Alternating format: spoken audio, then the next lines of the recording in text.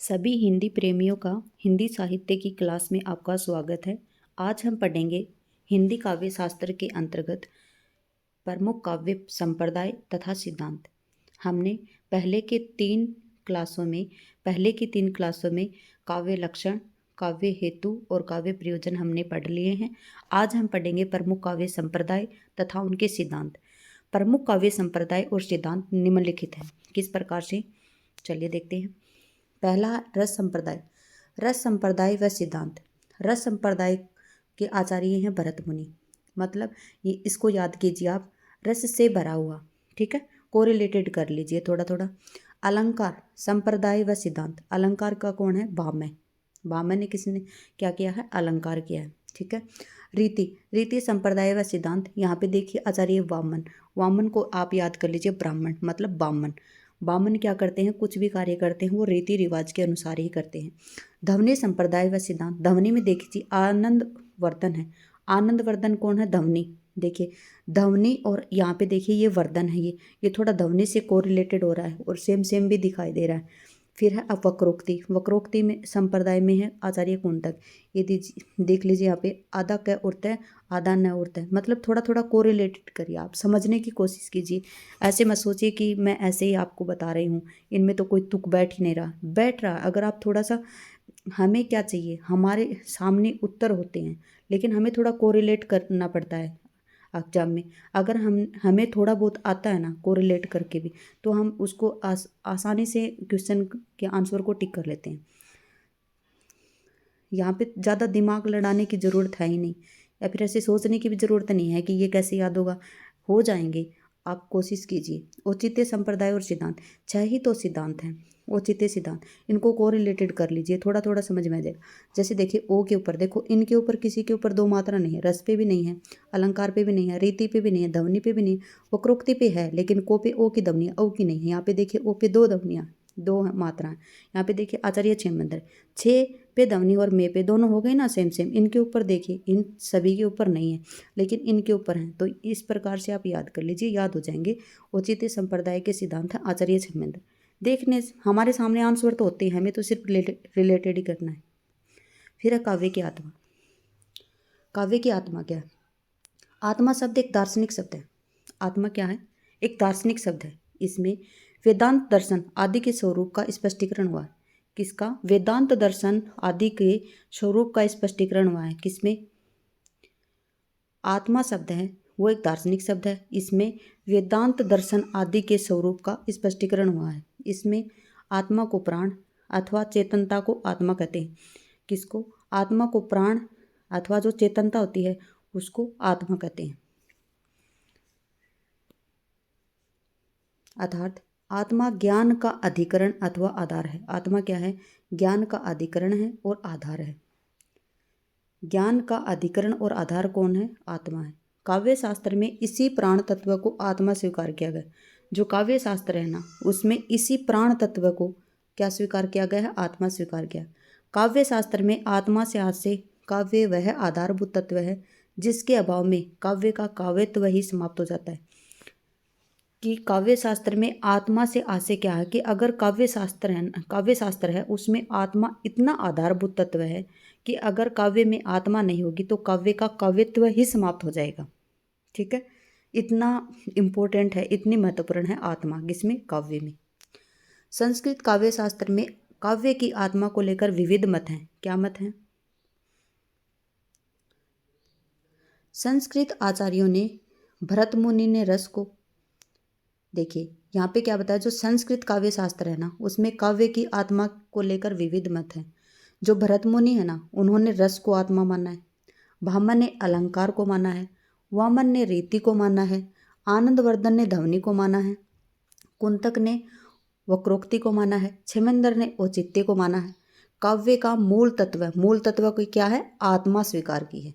ठीक है, इन्होंने, मतलब काव्य की आत्मा भरत मुनि ने रस को स्वीकार किया, भामन ने अलंकार को, वामन ने रीति को, आनंदवर्धन ने ध्वनि को, कुंतक ने वक्रोक्ति को और क्षेमेंद्र ने औचित्य को। मतलब जिस जिस का जो संप्रदाय है उन्होंने उसी को काव्य की आत्मा स्वीकार कर लिया। यही आएगा यहाँ पे। काव्य की आत्मा के प्रश्न को लेकर ही काव्य शास्त्र ने 6 संप्रदायों का आविर्भाव व विकास हुआ। आगे ना वही बात कि काव्य की आत्मा के प्रश्न को लेकर ही, मतलब जो 6 संप्रदाय हैं उनका आविर्भाव और विकास के लिए हुआ, काव्य की आत्मा को, ठीक है, काव्य की आत्मा बताया इन्होंने सभी ने। इन संप्रदायों के आचार्यों ने काव्य के कला और भाव पक्ष के किसी एक पक्ष पर ध्यान दिया है। इन संप्रदायों के द्वारा आत्म तत्व के महत्व पर प्रकाश डाला गया है, ठीक है। प्रमुख काव्य संप्रदाय व सिद्धांतों की विवेचना इस प्रकार से है। किस प्रकार से? पहले पढ़ते हम रस संप्रदाय व सिद्धांत। रस संप्रदाय किसने दिया? भरत मुनि ने, ठीक है, भरत मुनि ने। रस संप्रदाय व सिद्धांत, भरत मुनि कौन सी शताब्दी के थे? तो दूसरी शताब्दी के थे, ठीक है, दूसरी शताब्दी के। रस संप्रदाय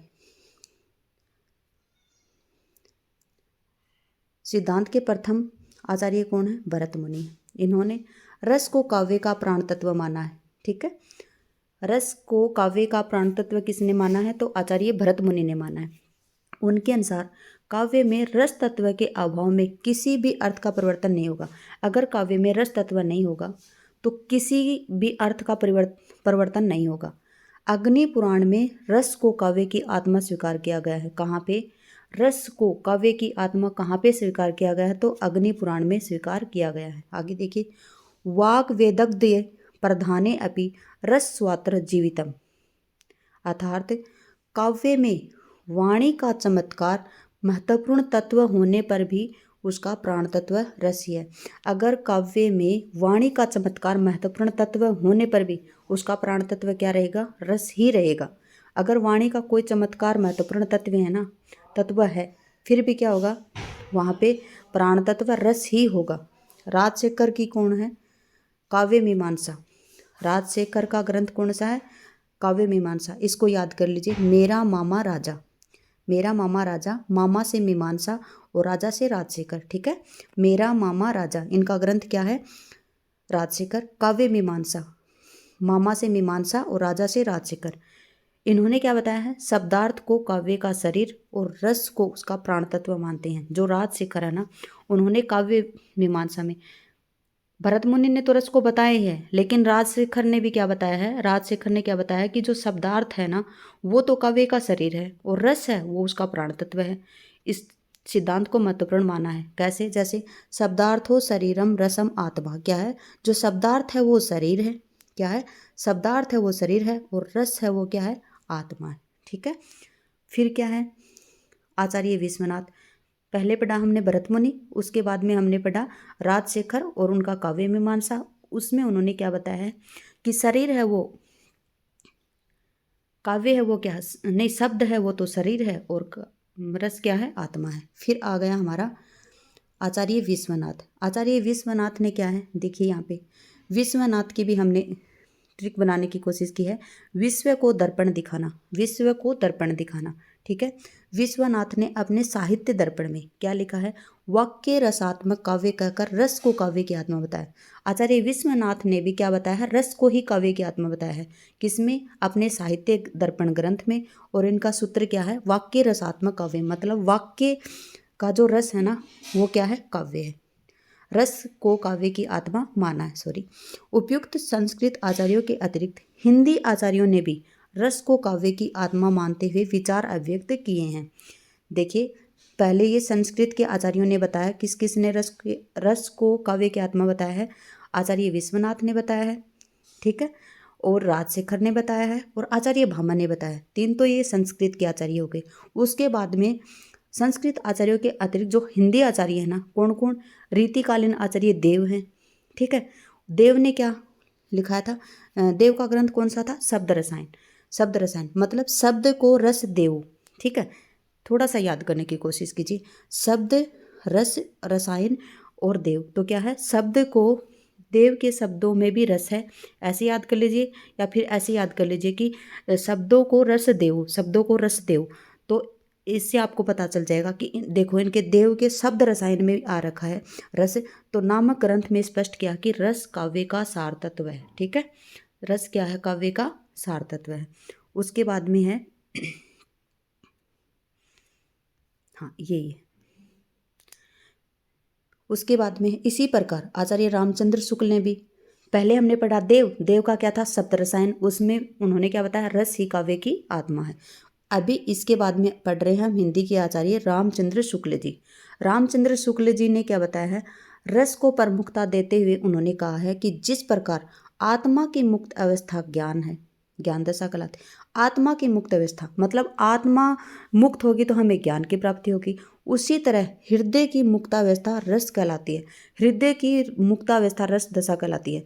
समझने की कोशिश कीजिए यहाँ पे कि हृदय की मुक्त अवस्था कैसे होगी। देखिए, हम बिल्कुल एकदम से उदास बैठे हैं, हमारे हृदय में उदासी है, ठीक है, हम किसी बात को सोच रहे हैं हमारे मन ही मन और उस पर उदास बैठे हैं, लेकिन उस हृदय की मुक्तावस्था मतलब अचानक से हमें कोई ऐसी बात सुने जिसमें हमें रस की अनुभूति हो, तो वो जो हृदय की मुक्तावस्था वो क्या कहलाएगी, रस दशा कहलाएगी। अनूठी से अनूठी उक्ति काव्य तभी हो सकती है जब उसका कोई भी संबंध दूर का ही सही हृदय की भाव व वृत्ति के साथ होगा। देख लीजिए यहाँ पे यो वही बात आ गई कि हृदय के किसी भी भाव व वृत्ति के साथ होगा। हमारे कोई भी दिल से जो बात लगेगी ना, उससे हमें रस की अनुभूति होगी, ठीक है। अतः कहा जा सकता है कि साहित्य का अध्ययन करने, देखने और सुनने से जिस आनंद की अनुभूति होती है उसे ही क्या कहते हैं, रस कहते हैं। भरत मुनि ने अपने ग्रंथ में रस की उद्भावना का रस सूत्र ऐसे दिया है, विभावानुभाव व्याभिचारी संयोगादरस निष्पत्ति ही, ठीक है। अर्थात विभाव, अनुभाव और व्याभिचारी, क्या बताया, अर्थात विभाव, अनुभाव और व्याभिचारी जिसको बोलते हैं संचारी भाव के संयोग से रस की निष्पत्ति होती है। इस सूत्र में संयोग और निष्पत्ति दो शब्द महत्वपूर्ण हैं। क्या है इसमें, संयोग और निष्पत्ति। संयोग मतलब जुड़ाव, निष्पत्ति मतलब, आगे बढ़ते हैं। इन दोनों शब्दों को लेकर विद्वानों ने रस की समीक्षा करते हुए अपने अपने मत प्रस्तुत किए हैं। रस की उत्पत्ति किस प्रकार से होती है, क्या बताया है कि विद्वानों ने रस की समीक्षा करते हुए अपने अपने मत प्रस्तुत किए हैं कि रस की उत्पत्ति किस प्रकार से होती है। सहृदय पाठक, श्रोता अथवा दर्शक में रसोद्रेक किस प्रकार होता है और वहाँ रसानंद का अनुभव किस प्रक्रिया के माध्यम से प्राप्त होता है, इस मूल नायक, अभिनेता अथवा नटादि या सहृदय कवि में अर्थात इनमें से किस में स्थित होता है। देखिए, किसी भी प्रकार का रस होगा, रस एक प्रकार के नहीं होते हैं, कई प्रकार के रस होते हैं, तो किसी भी प्रकार का रस होगा वो सहृदय व्यक्ति ही ग्रहण करेगा। देखिए, कभी हम फिल्म हो या फिर कोई किसी प्रकार का सीरियल हो, नाटक हो, उसमें क्या देखते हैं कि जो हृदय विदारक घटनाएं हैं, तो काफ़ी लोग तो ऐसे होते हैं कि उनको देखना आप कभी उनकी आंखों में आंसू आने लगते हैं, लेकिन काफ़ी लोग वहाँ पे बैठे रहते हैं, उनको महसूस ही नहीं होता कुछ, उन्हें यही नहीं पता चलता कि आगे कुछ हो रहा है, वो कुछ एक्टिविटी करते ही नहीं है, तो वो सहृदय नहीं है। अगर सहृदय पाठक होगा ना, उसी के मतलब हम क्या करते हैं कि जब भी हम किसी कार्यक्रम को देखते हैं या फिर किसी भी प्रकार का कोई सीरियल देखते हैं तो हम उसमें घुल जाते हैं, हमें ये नहीं पता होता कि ये ऐसे कर रहे हैं, इनकी जो रियल लाइफ है वो नहीं है, ये एक हमारे सामने प्रस्तुतिकरण कर रहे हैं, लेकिन हम क्या सोचते हैं कि इनकी रियल लाइफ में ऐसी ही घटना हो रही है, तो हम उसको देख के हम उनके प्रति दुख जताते हैं। तो वो क्या होता है, हम किसी भी प्रकार का वो रस, वो होता है रस ग्रहण करना, कि हम उसमें डूब जाएं, बिल्कुल उसमें वो होता है रस ग्रहण करना, ठीक है। इस सिद्धांत के पोषक आचार्यों ने काव्य का महत्वपूर्ण उद्देश्य सहृदय को आनंद प्रदान करना स्वीकार किया है। देखिए, जो मैंने आपको बात बताई वही है यहाँ पे। रस को परमात्मा अथवा ब्रह्म सहोदर माना गया है। देखिए, रस को क्या माना है, परमात्मा और ब्रह्म सहोदर माना गया। रसो वै स है, अर्थात रस ही परमात्मा है। क्या है, रस ही परमात्मा है। अद्वैतवाद संप्रदाय के आचार्यों ने आत्मा के परमात्मा में लीन होने की दशा को आनंद अनुभूति माना है। किस प्रकार से, अद्वैतवाद के कौन है, अद्वैतवाद के कौन है, शंकराचार्य थे। संप्रदाय के प्रवर्तक कौन है, शंकराचार्य। शंकराचार्य है ना, जो अद्वैतवाद संप्रदाय के जो आचार्य हैं, उन्होंने क्या बताया कि आत्मा के परमात्मा में लीन होने की, आत्मा है वो परमात्मा में लीन हो जाती है ना, उस दशा में जब जो हमें आनंद की अनुभूति होती है वही क्या है, रस है। बहुत अच्छे से समझिए, बहुत अच्छे से समझ में भी आएगा आपको। रस के अवयव, रस के अवयव कौन कौन से होते हैं? जिनके कारण सभी रसों की निष्पत्ति या अनुभूति होती है उन्हें रस के अवयव कहते हैं या रस के अंग कहा जाता है।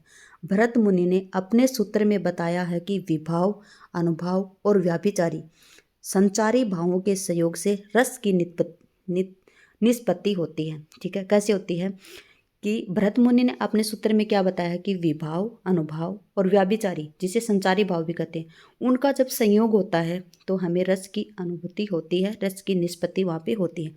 अतः रस के अवयव के अंतर्गत स्थायी भाव, विभाव, अनुभाव तथा संचारी भाव आदि आते हैं। किस प्रकार से? इसका वर्णन निम्न प्रकार से। किस प्रकार से? देखिए, स्थायी भाव, स्थायी भाव कौन से होते हैं? स्थायी भाव सहृदय व्यक्तियों के हृदय में वासना रूपी स्थित भाव स्थायी भाव कहलाते हैं। ठीक है, हमारे हृदय में जो स्थित क्या होते हैं? स्थायी होते हैं वो हम जब उसका कोई भारी क्रिया से उनका जब लगाव होगा तब वो अपने आप ही प्रस्फुटित हो जाएंगे, वो होते हैं हमारे स्थायी भाव। ठीक है, स्थायी भाव भरत मुनि ने कितने माने हैं? 8 माने हैं। ठीक है,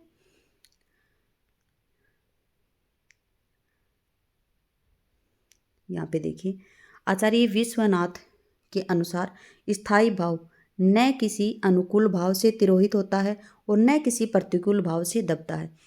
आचार्य विश्वनाथ ने क्या कहा है? जो स्थायी भाव है ना, वो न तो किसी अनुकूल भाव से तिरोहित होता है और न ही किसी प्रतिकूल भाव से वो दबता है। जब स्थायी भाव विभाव, अनुभव और संचारी भाव द्वारा अभिव्यक्त होते हैं तो उन्हें रस कहा जाता है। आचार्य विश्वनाथ ने साहित्य दर्पण में कहा, अभी मैंने पढ़ाया था आपको कि विश्व को साहित्य का दर्पण दिखाओ, विश्व को दर्पण दिखाओ। विभावानुभावे व्यक्त संचारिणा तथा रसातामेति रत्यादि ही स्थायी भाव संवेदसाम। ठीक है, अर्थात क्या बताया इन्होंने कि स्थायी भाव होते हैं ना, वो हृदय में सुप्तावस्था में रहते हैं, मतलब सुप्त रहते हैं वो, मतलब एकदम चुपचाप रहते हैं। उचित अवसरानुकूल, उचित अवसर होता है ना, तभी वो जागृत होते हैं और रस में परिणत हो जाते हैं। साहित्य दर्पण के अनुसार इनकी संख्या क्या बताई है? 9 बताई है। कितनी बताई है? 9 बताई है। किसने बताई है? ये विश्वनाथ ने बताई है। इसमें क्या बताया? रति, हास, शोक, ये क्या है? स्थायी भाव है। क्रोध, उत्साह, भय, जुगुप्सा, विस्मय, निर्वेद, जिसे संवेग कहते हैं। इसमें क्या होता है? ये सब स्थायी भाव हैं। ये क्या है? जो हमारे हृदय में सुप्तावस्था में रहते हैं, बिल्कुल शांत रहते हैं। और ये क्या होता है कि जब अवसर होता है ना, तो अवसर के अनुकूल ही ये जागृत होते हैं और ये रस में परिणत हो जाते हैं। ठीक है, रति हास्यश्च शोकश्च क्रोधो उत्साह भयम तथा जुगुप्सा विस्मय चेष्टा चेत्समष्टौ प्रोक्ताः समो अपिच। यद्यपि वत्सलता एवं देव विषयक रति दो नए स्थायी भावों को श्रृंगार के अंतर्गत स्थान दिया है। किसको? जो वत्सलता और जो देव विषयक रति है ना, उसको स्थायी भाव में श्रृंगार के अंतर्गत स्थान दिया है। विभाव क्या होते हैं? विभाव का अर्थ होता है कारण। किसके कारण जो स्थायी भाव हैं वो उद्दीप्त या जागृत हो रहे हैं। ठीक है, वो क्या होते हैं? विभाव होते हैं। विभाव का अर्थ क्या होता है? कारण होता है। अतः जो कारण किसी व्यक्ति या आश्रय के हृदय में स्थायी भावों को उद्दीप्त और जागृत करते हैं उन्हें विभाव कहते हैं। विभाव कितने प्रकार के होते हैं? तो विभाव भी 2 प्रकार के होते हैं। एक तो आलंबन विभाव,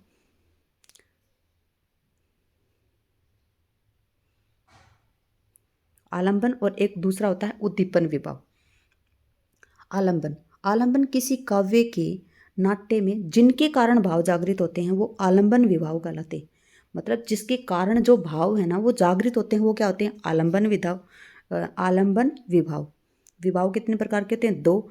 एक तो आलंबन विभाव और एक उद्दीपन विभाव।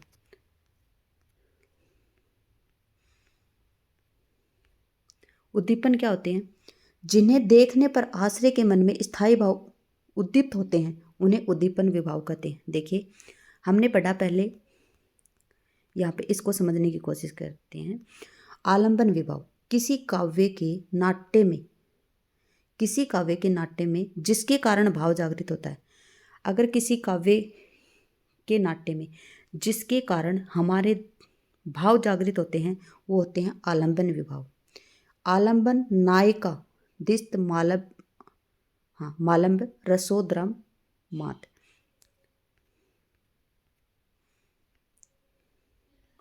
यहाँ पे है उद्दीपन। उद्दीपन क्या होते हैं? जिन्हें देखने पर आश्रय के मन में स्थायी भाव उद्दीप्त होते हैं उन्हें क्या कहते हैं? उद्दीपन विभाव कहते हैं। उद्दीपन विभावास्ते रस उद्दीपन, हाँ रस उद्दीपने पयंती। ये आचार्य विश्वनाथ ने आलंबन की चेष्टाओं देश काल आदि को उद्दीपन का कारण माना है। किसको मानना है? जो आलंबन की चेष्टाएं हैं और देश काल है आदि को क्या माना है? उद्दीपन का कारण माना है। आगे पढ़ेंगे अनुभाव विभाव। अनुभाव विभाव के पश्चात अनुभाव उत्पन्न होते हैं। क्या होते हैं? अनुभाव उत्पन्न होते हैं। आता है आश्रय की चेष्टाओं को पुष्ट करने वाले भाव अनुभाव कहलाते हैं। आश्रय की चेष्टाओं को जो पुष्ट करने वाले भाव हैं क्या कहलाते हैं? अनुभाव। धनंजय जो कि 10 रूपक के अनुसार क्या है? अनुभाव विकार और भाव सूचनात्मक होते हैं। अनुभाव तो क्या होते हैं? विकार होते हैं। और भाव क्या होते हैं?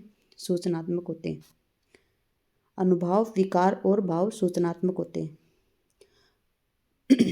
अनुभावो विकारस्तु भाव संसूचनात्मक है। विद्वानों के अनुसार अनुभव 4 प्रकार के होते हैं। कौन कौन से होते हैं? कायिक जो कि शरीर की कृत्रिम चेष्टाएं होती हैं। वाचिक और मानसिक जो कि हर्ष विषाद का अनुभव होते हैं। आहार्य जो कि मनोनुरूप वस्त्राभूषण धारण करना तथा सात्विक सत्व और प्राण के उद्रेक से उत्पन्न स्थायी भाव होते हैं। फिर देखते हैं हम सात्विक भाव। सात्विक भाव कौन से होते हैं?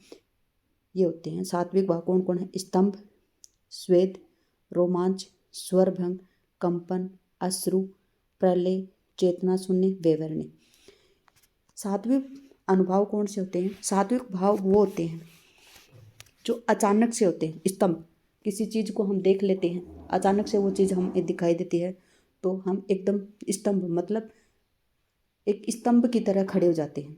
स्वेद मतलब पसीना आता है, ये क्या है? सात्विक भाव। रोमांच हमारे अश्रु आना अपने आप, कंपन होना, स्वरभंग बोलते बोलते हम अगर कोई ऐसी मतलब बात याद आ जाए हमें तो हमारा स्वर भंग हो जाता। प्रलय, चेतना शून्य, ये सब क्या है? सात्विक भाव हैं जो हमारे शरीर से संबंधित होते हैं। संचारी भाव। संचारी भाव स्थायी भाव को पुष्ट करने वाले भाव संचारी भाव कहलाते हैं। संचारी भाव क्या कहलाते हैं? जो हमारे स्थायी भाव हैं उनको पुष्ट करने वाले भाव क्या कहलाते हैं? संचारी भाव कहलाते हैं। स्थायी भावों के अतिरिक्त अन्य सभी भाव संचारी भाव कहलाते हैं। स्थायी भावों के अतिरिक्त जो अन्य सभी भाव होते हैं वो क्या कहलाते हैं? संचारी भाव कहलाते हैं। रस आचार्यों ने संचारी भावों की संख्या 33 बताई है। बताई है ना 33? चलिए पढ़ते हैं इनको। निर्वेद, आवेग, दैन्य, श्रम, मद, जड़ता, उग्रता, मोह, विबोध, स्वपन, ग्लानि, शंका, औत्सुक्य, असूया, निद्रा, आलस्य, अपस्मार, चिंता, अमर्ष, स्मृति, अवहितता, व्याधि, चपलता, उन्माद, धृति, मति, व्रीड़ा जिसे लज्जा भी कहते हैं, हर्ष, मरण, गर्व, त्रास, विषाद और वितर्क, ये सब क्या हैं? ये सब संचारी भाव हैं। आपसे पूछे संचारी भावों की संख्या कितनी है तो 33 है। ठीक है। रस निष्पत्ति। चलिए हम पढ़ते हैं रस निष्पत्ति। रस निष्पत्ति किस प्रकार से होती है? ठीक है। काव्य स्वादन से पाठक को रस अनुभूति किस प्रकार होती है? इस प्रश्न पर रस सिद्धांत के आचार्यों के मतभेद हैं। क्या है कि काव्य स्वादन के बाद में पाठक को रस अनुभूति किस प्रकार से होती है? इस प्रश्न पर रस सिद्धांत के आचार्यों के मतभेद हैं। किस प्रकार से हैं? इस विषय में आचार्य भरतमुनि के द्वारा बताया गया है। प्रतिपादक सूत्र है किसके द्वारा? आचार्य भरतमुनि के द्वारा है। विभावानुभाव व्याभिचारी संयोगादरस निष्पत्ति, अर्थात विभाव, अनुभाव और व्याभिचारी के संयोग से रस की निष्पत्ति होती है। ये किसने कहा है? आचार्य भरत मुनि ने कहा। तो आप ये आ जाए, विभाव, अनुभाव, व्याभिचारी के संयोग से रस की निष्पत्ति होती है, ये किसने कहा है? भरत मुनि ने कहा। या फिर इतना ये सूत्र भी आ सकता है, विभावानुभाव व्याभिचार संयोगादरस निष्पत्ति, ये भी आ सकता है। ये किसने कहा है? भरत मुनि ने कहा है। रस के पक्ष में इनकी परिभाषा है। फिर आचार्य भरत मुनि ने इसी सूत्र के आधार पर रस के स्वरूप को आनुषंगिक रूप में प्रस्तुत किया है। ठीक है, फिर क्या बताया? आचार्य भरत मुनि का स्पष्ट मत है कि जिस प्रकार नाना प्रकार के व्यंजनों, औषधियों और द्रव्यों, क्या बताया है कि भरत मुनि का स्पष्ट मत है कि जिस प्रकार नाना प्रकार के व्यंजनों, औषधियों और द्रव्यों के संयोग से रस की निष्पत्ति होती है, जैसे गुड़ आदि द्रव्यों और औषधियों से साढ़वादी, क्या है? साढ़वादी रस बनते हैं, उसी प्रकार विविध भावों से संयुक्त होकर स्थायी भाव भी रस रूप को प्राप्त होते हैं। देखिए कितनी अच्छी परिभाषा बताई है इन्होंने कि जिस प्रकार से व्यंजनों, औषधियों और द्रव्यों के संयोग से रस की निष्पत्ति होती है, जैसे गुड़ आदि द्रव्यों और औषधियों से साढ़वादी रस बनते हैं, उसी प्रकार विविध भावों के संयुक्त होकर स्थायी भाव भी रस रूप को प्राप्त कर लेते हैं। ठीक है, आगे बताया है भरत मुनि के सूत्र में आए संयोग निष्पत्ति शब्द की व्याख्या जिन 4 आचार्यों ने की है, उन्हें रस सूत्र का व्याख्या आचार्य कहा जाता है। किनको कहा जाता है? अब पूछे आपसे, भरत मुनि के सूत्र में आए जो संयोग और निष्पत्ति शब्द की व्याख्या जिन आचार्यों ने की है, उन्हें रस सूत्र का क्या कहते हैं? व्याख्याता आचार्य कहते हैं। रस सूत्र के व्याख्याता आचार्य किन्हें कहते हैं? जो भरत मुनि के सूत्र में आए संयोग और निष्पत्ति शब्द की व्याख्या करते हैं, उन आचार्यों को क्या कहा जाता है? रस सूत्र के व्याख्याता आचार्य कहा जाता है। उनमें कौन है? आचार्य भट्टलोलट, शंकुक, भट्टनायक, अभिनवगुप्त ने रस सूत्र की व्याख्या करते हुए अपने अपने मत प्रस्तुत किए हैं। चलिए, आज हो जाएगा वीडियो बहुत लंबा, आज हम यहीं तक पढ़ते हैं। कल हम पढ़ेंगे भट्टलोलट ने जो रस सूत्र की व्याख्या करते हुए क्या दिया है? उत्पत्तिवाद, और जो अलग अलग आचार्यों ने अलग अलग रस सूत्र की व्याख्या करते हुए उनका अर्थ बताया है, वो हम अगली क्लास में पढ़ेंगे। आज बस इतना ही। धन्यवाद। ऐसे ही आप पढ़ते रहिए। भगवान आपकी मनोकामनाएं सभी पूर्ण करे, मेरी भगवान से यही दुआ है। चलिए, आप ऐसे ही पढ़ते रहिए। जय हिंद, जय भारत।